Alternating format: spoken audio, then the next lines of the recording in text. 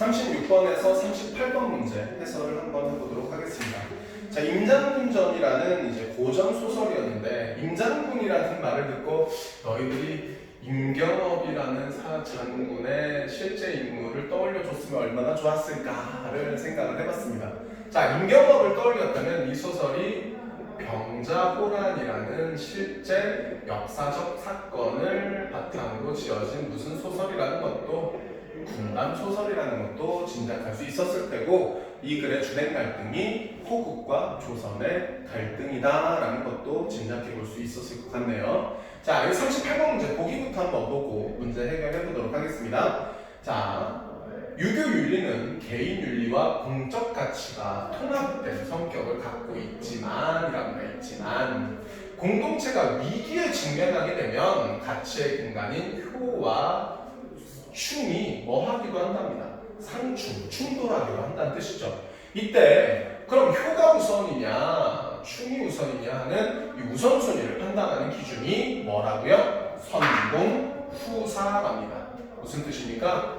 먼저 공적인 것을 하고 나중에 사적인 것을 취한다는 뜻으로, 사사로운 가치보다는 공적 가치를 더 우선시 여김으로써 국난 극복에 대의를 세우고자 하는 것, 이게 뭐가 되는 거죠? 선공후사가 되는 거죠. 그래서 임장군전은 병자호란을 전후하여 복잡했던 동북아 정세 속에서 실추된 국가위신을 회복하고 왕실의 상처를 치유하기 위한 목적으로 분투하는 주인공을 통해서 사사로운 일보다는 뭐를 충실한, 대의에 충실한 사대부의 모습, 선공후사의 태도를 취하는 태도가 나타난다라는 것으로, 자, 우리 임장군이 그와 같은 태도를 보일 것으로 볼 수 있습니다.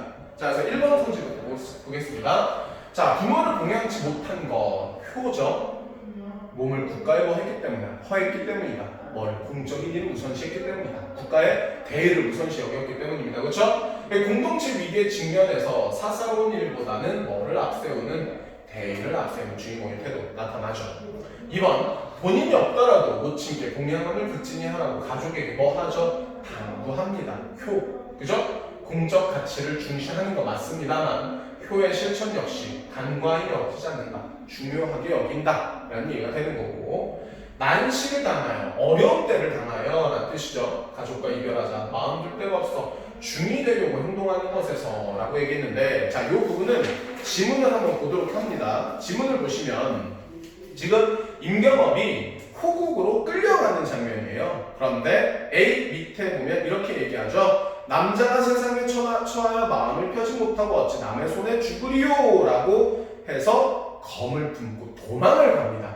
그리고 신분을 숨기고 후위를 도모하기 위해서 중을 뭐 하는 거예요?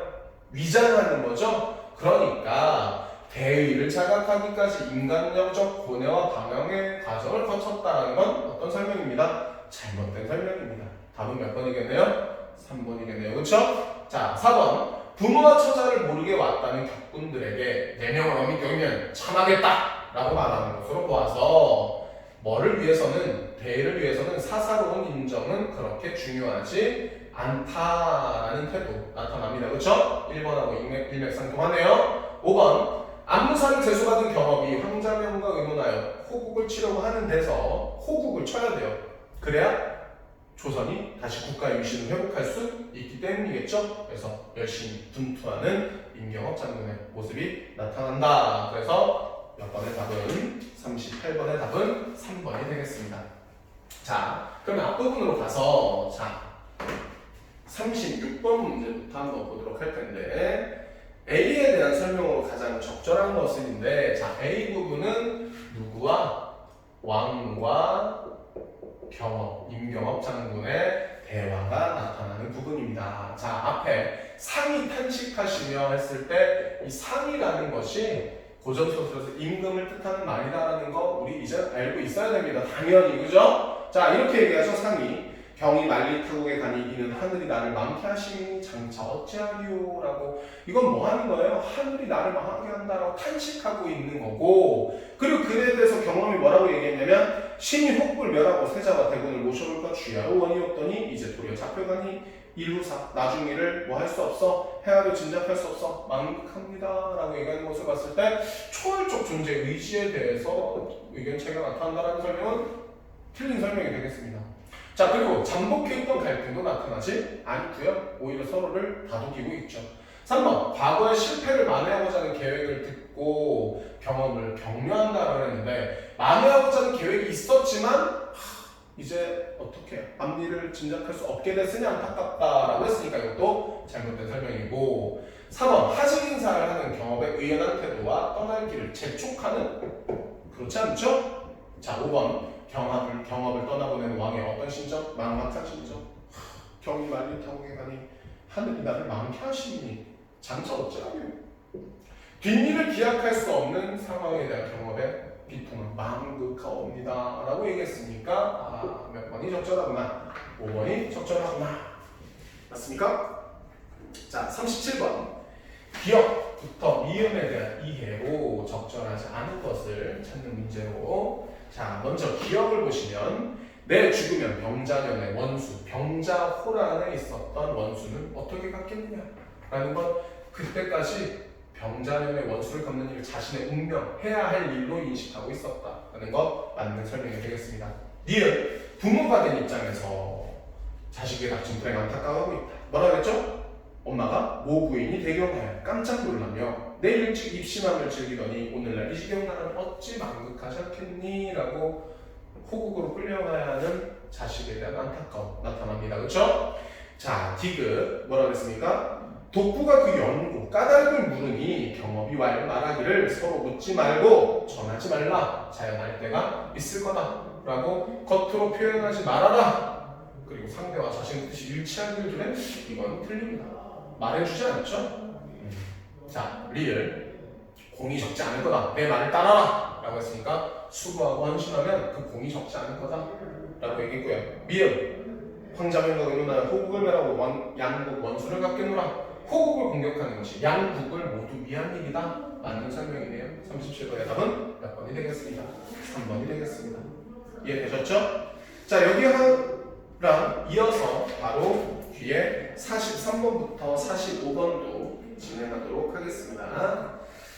자 현대시 2개 지문이 제시가 되어 있는데 가 지문은 그래도 중요한 작품이나 나 작품 같은 경우는 그냥 내용을 이해하기만 어느 정도 이해하기만 해도 되는 문제로 보입니다. 그렇죠? 그래서 이 문제를 풀 때 몇 번부터 45번에 보기부터 한번 읽어볼 필요가 있었고 그렇게 풀었을 것으로 생각이 됩니다. 그렇죠? 자, 가 나는 모두 봄 모티프를 활용해서 시상을 펼치고 있습니다. 그렇죠? 이 두 작품에서 봄은 신의 경험이나 태도와 관련해서 어떤 의미를 가지는데 상징적 의미를 가지는데 가는 암울한 현실을 극복하고 필연적으로 맞이할 새로운 역사적 단계에 초점을 맞췄다면 다른 지난날의 사랑을 떠올리고 사랑을 이루기 위한 뭐에 초점을 맞춰서 소통에 초점을 맞춰서 봄의 의미에 대해 고치해야 합니다. 우리 뭐가 갖는 의미에 대해 봄이 갖는 의미에 대해서 제대로 이해를 하면서 읽어야 될 것 같습니다. 자, 이성구 씨 현실 참여시 작가죠. 현실 참여시 작가. 봄이라는 건 어떤 의미라고 했습니까? 필연적으로 맞이할 새로운 역사적 단계라는 의미라고 보기에서 설명을 했었죠. 그러면 그 전에 현재 처해 있는 상황은 어떤 상황일까요? 암울한 현실일 겁니다. 자, 한번 읽어봅시다. 기다리지 않아도 오고 기다림마저 잃었을 때도 너는 온다 라고 너는 온다 제목이 봄인데 너는 온다 라고 얘기했어요. 그럼 이때 너는 당연히 무엇을 의미할 테고 봄을 의미할 테고 봄을 너라고 불렀으니까 어떤 방법? 의인화하는 방법이 사용되었다라고도 생각할 수 있어야 되겠죠. 하지만 여기서의 봄은 정말 계절적, 자연적 배경으로서의 봄을 의미한다라기보다는 암울한 현실이 끝나고 도래하게 될, 필연적으로 도래하게 될 어떤 미래, 긍정적이고 희망적인 미래를 의미한다 이렇게 볼 수 있을 것 같고 그랬을 때 봅시다. 기다리지 않아도 오고요. 기다림마저 이뤘을 때 그러니까 기다림이라는 건 희망인데 그 희망마저 이룬 절망적 상황에서도 봄은 반드시 온다라고 봄이 올 것에 대한 뭐를 표현하고 있습니다. 확신, 신념을 표현하고 있다. 이렇게 이야기할 수 있을 것 같습니다. 그렇죠? 그럼 저 기다림마저 잃었을 때라는 게 아까 보기에서 이야기했던 암울한 현실이 되겠네요. 그리고 봄이라는 건 그 암울한 현실이 극복된 어떤 미래? 긍정적이고 희망적인 미래라고 볼 수 있을 것 같습니다. 자, 어디 뻘밭 구석이거나 썩은 물 웅덩이 같은 데를 기웃거리다가 라고 뻘밭 구석, 고통스러운 현실, 절망스러운 현실이겠죠. 그쵸? 자, 기웃거리다가 한눈 좀 팔고 싸움도 한 하고 누가요? 너가요. 그죠? 지쳐 나자빠져 있다가 다급한 사연을 들고 달려간 바람이 뭐예요? 메시지를 전달하는 전령으로서 역할을 하겠네요. 그쵸? 흔들어 깨우면 눈 비비면 너는 어떻게 온답니다. 더디게 온답니다. 시에서 부사어의 사용은 어떤 역할을 하죠? 시적 의미를 강조해주죠. 더디게 온답니다. 자, 중요한 건 뭐냐면 더디게 오긴 하지만 반드시 온다는 거죠. 마찬가지로 더디게 뭐 해줬어요? 반복해줬고 그 뒤에 나오는 요 마침내가 중요한 거죠. 더딜지라도 어떻게 된다? 반드시 올 것이다 라는 아까 얘기했던 거 확신이 강조되는 구절이라고 할 수 있겠습니다. 너를 보면 눈부셔. 봐봐. 너는 하자에게 어떤 대상인 거야? 예찬과 감탄의 대상인 거야. 긍정과 소망의 대상인 거지. 일어나 맞이할 수가 없답니다. 너무 기쁘면 오히려 말이 안 나오죠. 움직여주지도 않습니다. 입을 열어 외치지만 소리는 굳어 나는 아무것도 미리 알릴 수 없다. 가까스로 두 팔을 벌려 껴안아 보는 너 일부러 행간을 바꾸어 주었다. 행을 갈아 주었다. 이렇게 얘기할 수 있겠네요. 뭐의 의미를 강조하려고? 너의 의미를 강조하려고 먼 데서 이기고 뭐가 빠졌어요. 목조가 빠졌어요. 뻘밭 구석 썩은 무릉덩이와 같은 절망적이고 암울한 현실, 힘든 고통을 이겨내고 돌아온 사람아라는 건 봄이라는 것이 암울한 시대 현실 속에서 그것을 극복해내고 맞이하게 되는 새로운 미래라는 의미를 강조하기 위해서 마지막에 사람아라고 무슨 표현법 사용되죠? 무슨 표현법? 돈호법. 대상을 뭐 함으로써? 부름으로써 주의를 환기하고 의미를 강조해주고자 한다는 거 이해할 수 있을 것 같습니다.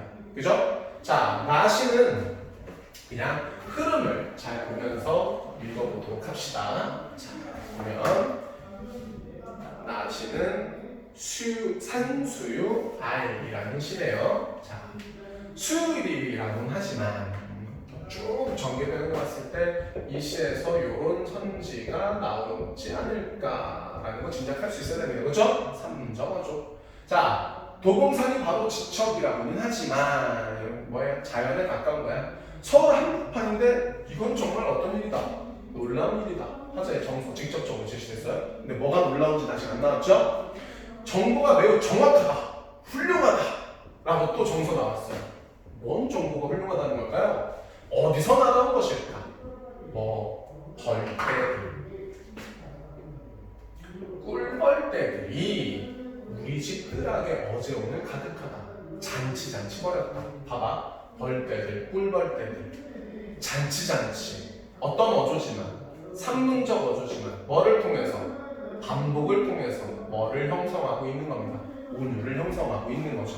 자, 한 그루 활짝 핀 그래 긍정하는 겁니다. 만개의 산수유, 활짝 핀 산수유, 노란 꽃 수머리들, 꽃 봉우리들, 꽃봉우리들마다 노랗게 취해요. 누구들이? 벌떼들이. 진종일 화나다. 나도 하루 종일 집에 있었다. 두근거렸다.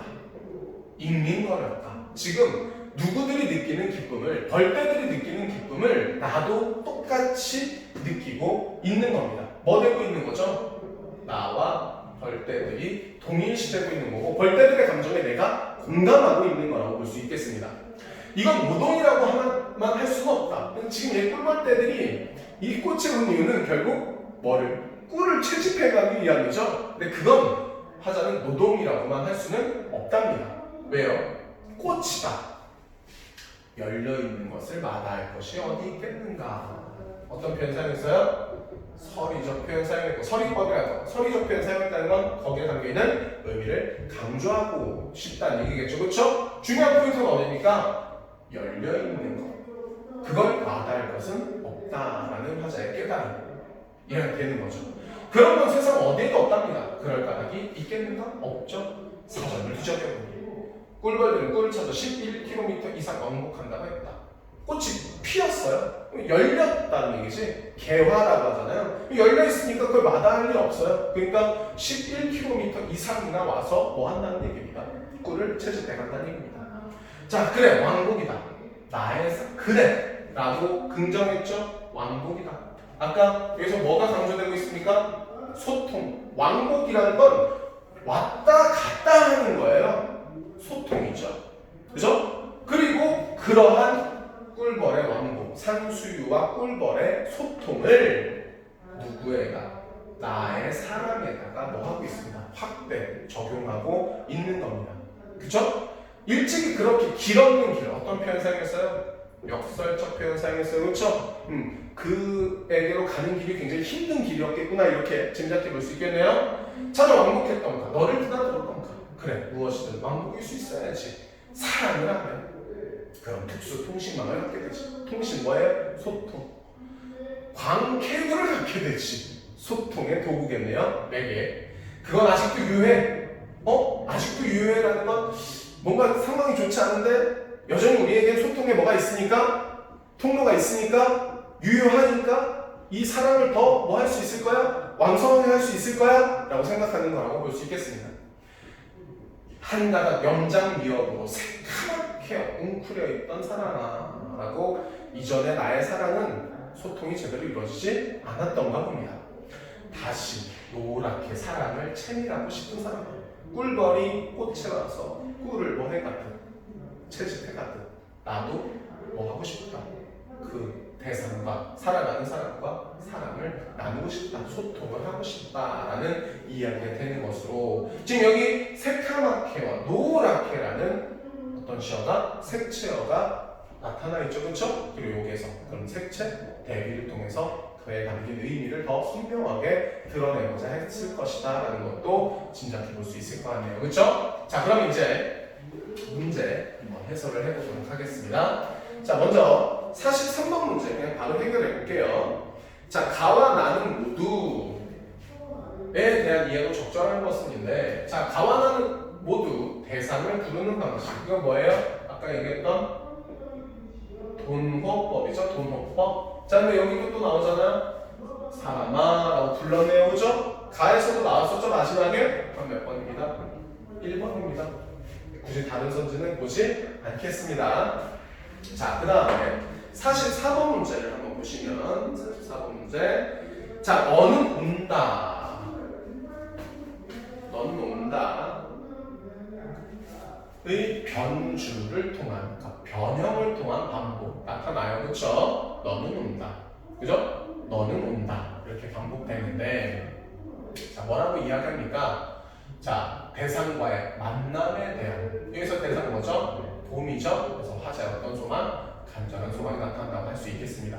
자, 2번 가는, 더디게, 마침내 라는 부사어 사용 통해서 늦지만 대상, 봄은 다 반드시 올 거라 믿음. 아까 선생님은 뭐라고 표현했습니까? 확신, 신념이라고 표현했었죠? 자, 3번 가에서 눈부셔, 굳어, 가까스로는 모두 대상과의 만남을 통해 화자가 느끼게 된 눈부셔, 굳어, 가까스로 다 화자의 감정을 더 강조해 준 것이라고 할 수 있고, 봄은 화자가 뭐 하는 것이니까 간절히 기다리던 대상이니까 벅찬 감동이 느껴진다고 할 수 있겠습니다. 4번 나는 그래 라고 뭐 했어요? 공감 또는 깨달음. 그지? 자, 혼잣말을 반복적으로 제시함으로써 화자가 사랑에 대한 깨달음, 뭐 해야 하는구나? 소통해야 하는구나 라는 거 제시하고 있다고 볼 수도 있겠네요. 그 다음 5번 나에서 새카맣게 노랗게라는 색채 대비까지 나타나는 거 맞아요. 그죠? 뒷부분 보겠습니다. 대상에 대한 화제의 그리움 나타나죠? 하지만 원망은 제시되어 있지 않습니다. 네, 답은 몇 번? 5번이 되겠습니다. 자, 마지막 45번 문제 보도록 할 텐데, 자, 위에 보긴 읽었으니까 밑에 선지를 위주로 설명을 해봅시다.